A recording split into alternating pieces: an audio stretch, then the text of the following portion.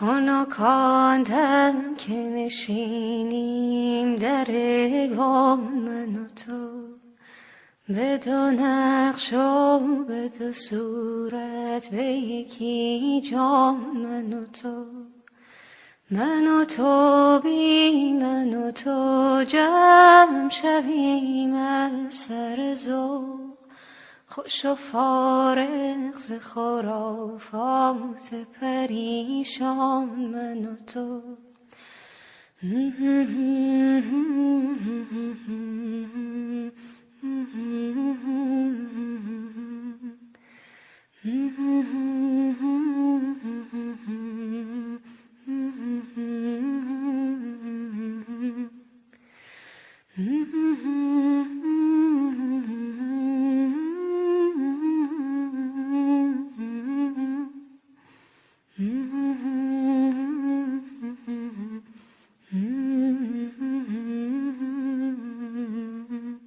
شب آفریدی شم آفریدم، خاک آفریدی جام آفریدم، بیابان و کوهسار و راغ آفریدی، خیابان و گلزارو باغ آفریدم.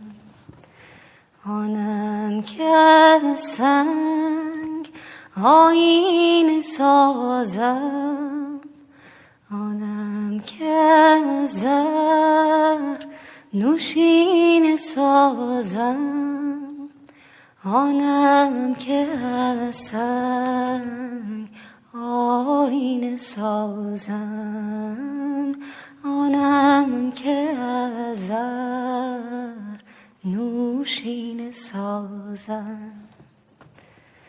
شب آفریدی شم آفریدم، خاک آفریدی جام آفریدم، بیابان و کوهسار و راغ آفریدی، خیابان و گلزار و باغ آفریدم.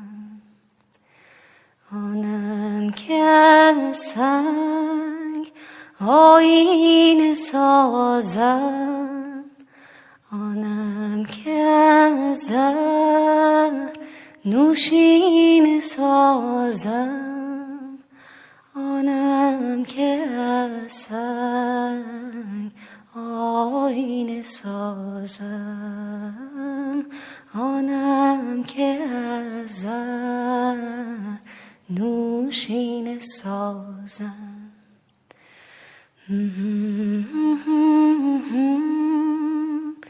Mm-hmm.